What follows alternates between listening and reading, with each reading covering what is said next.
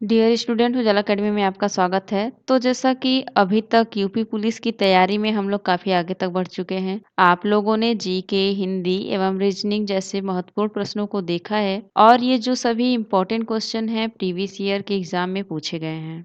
और यदि आपने अभी तक यूपी पुलिस की प्लेलिस्ट को नहीं देखा है तो मेरे चैनल पर जाकर देख लें और यदि चैनल पर नए हैं तो चैनल को सब्सक्राइब भी कर लें। तो दोस्तों आज के इस वीडियो में हम बात करेंगे भारतीय संविधान के कुछ महत्वपूर्ण प्रश्नों के बारे में। सभी इंपॉर्टेंट क्वेश्चंस को मैंने यहाँ पर लिया है तो इस वीडियो को एंड तक जरूर देखिएगा। तो चलिए देख लेते हैं पहला प्रश्न।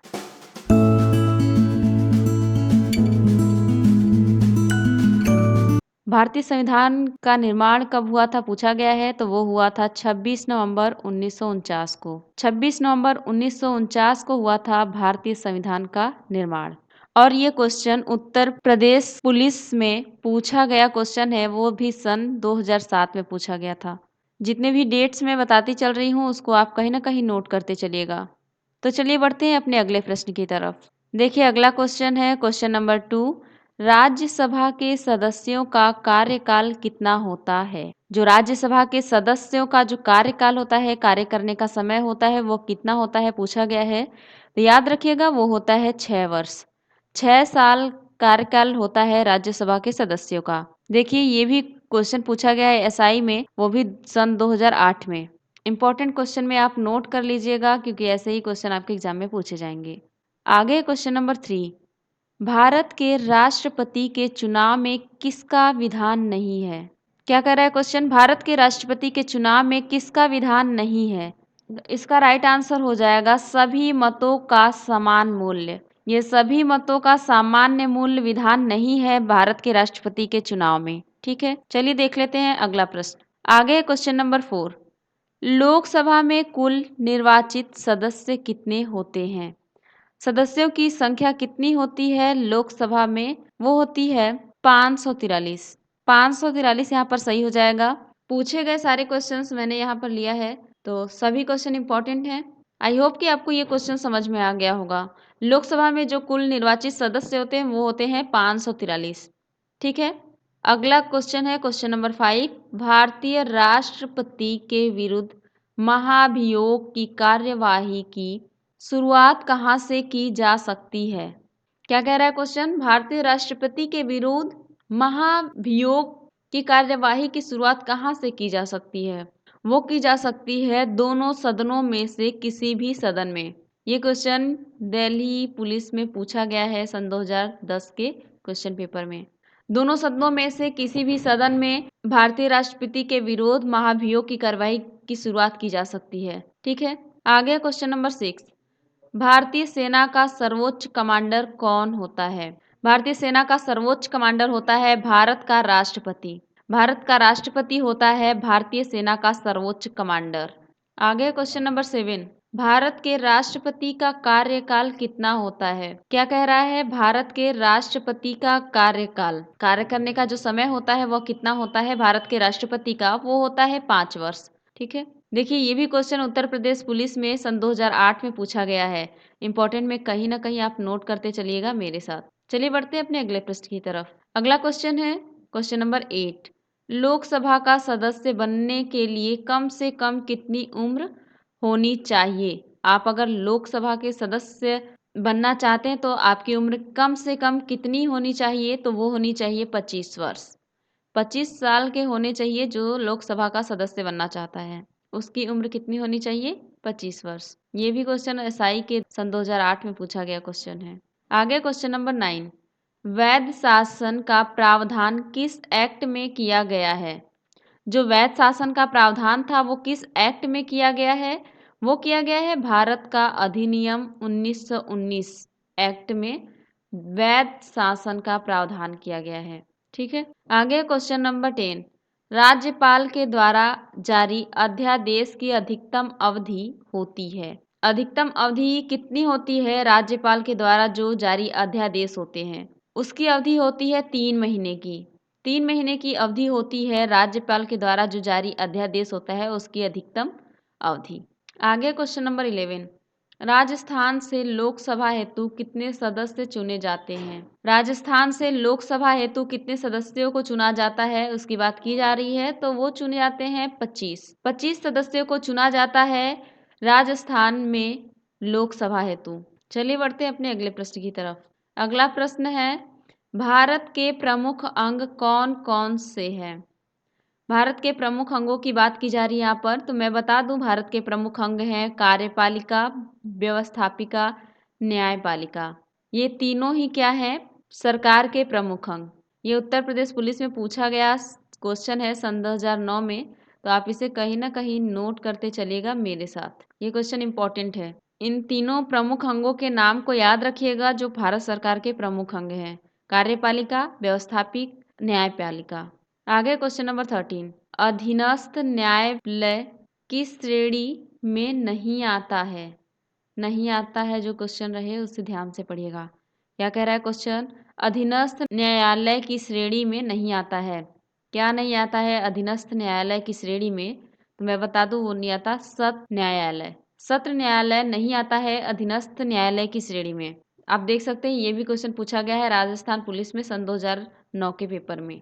आगे क्वेश्चन नंबर 14, किस राज्य लोकसभा में केवल एक सदस्य निर्वाचित करते हैं? वो कौन सा राज्य है जिसमें क्या कह रहा है क्वेश्चन, लोकसभा में केवल एक सदस्य को निर्वाचित करते हैं?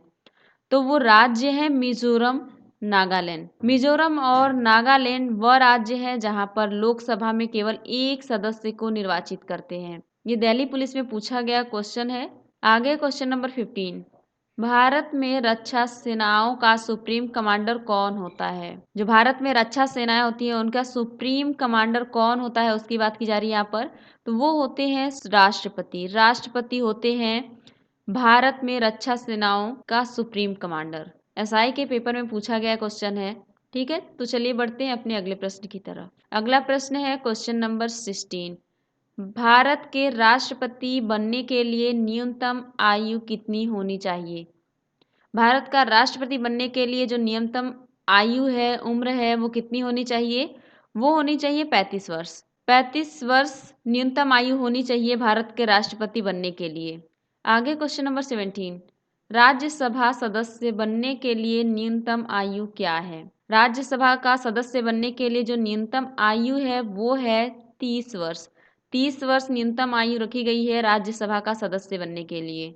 ठीक है, राज्यसभा का सदस्य बनने के लिए 30 वर्ष की उम्र होनी चाहिए, तभी आप राज्यसभा के सदस्य बन पाएंगे। इसे आप कहीं ना कहीं इम्पोर्टेंट में जरूर नोट कर लीजिएगा क्योंकि ये हेड कांस्टेबल के पेपर में पूछा गया है, वो भी सन 2011 में। आगे क्वेश्चन नंबर 18, मौलिक अधिकारों का वर्णन भारतीय संविधान के किस भाग में किया गया है? मौलिक अधिकारों का वर्णन भारतीय संविधान के किस भाग में किया गया है? तो वो भाग है भाग 3 में। भाग 3 में मौलिक अधिकारों का वर्णन किया गया है भारतीय संविधान में। ये भी क्वेश्चन आप देख सकते हैं हेड कांस्टेबल 2011 के पेपर में पूछा गया है और इसी प्रकार के क्वेश्चन आपके भी एग्जाम में पूछे जाएंगे, इतना याद रखिएगा। चलिए देख लेते हैं अपना अगला प्रश्न। आगे क्वेश्चन नंबर 19, लोकसभा में अविश्वास प्रस्ताव न्यूनतम कितने सदस्यों द्वारा समर्थित है? जो लोकसभा में अविश्वास प्रस्ताव है वो न्यूनतम कितने सदस्यों द्वारा समर्थित है? तो सदस्यों की संख्या जो दी गई है वो दी गई है 50। लोकसभा में अविश्वास प्रस्ताव की न्यूनतम 50 सदस्यों द्वारा समर्थित है। आगे क्वेश्चन नंबर 20, भारत के संविधान के दिशा निर्देश सिद्धांतों का प्रमुख उद्देश्य क्या है? प्रमुख उद्देश्य क्या है भारत के संविधान के दिशा निर्देश सिद्धांतों का? उनका प्रमुख उद्देश्य पूछा है तो उनका प्रमुख उद्देश्य है कल्याणकारी राज्यों की स्थापना करना। कल्याणकारी राज्यों का स्थापना करना यह एक प्रमुख उद्देश्य है भारत के संविधान के दिशा निर्देशों में। ठीक है, भारत के संविधान के दिशा निर्देशों के जो सिद्धांत है उनका प्रमुख उद्देश्य है कल्याणकारी राज्यों की स्थापना करना। ये पूछा गया क्वेश्चन है, दिल्ली पुलिस के पेपर में पूछा गया था ये क्वेश्चन सन 2012 में। अब देख लेते हैं क्वेश्चन नंबर 21, देश की प्रथम महिला लोकसभा अध्यक्ष का नाम क्या है?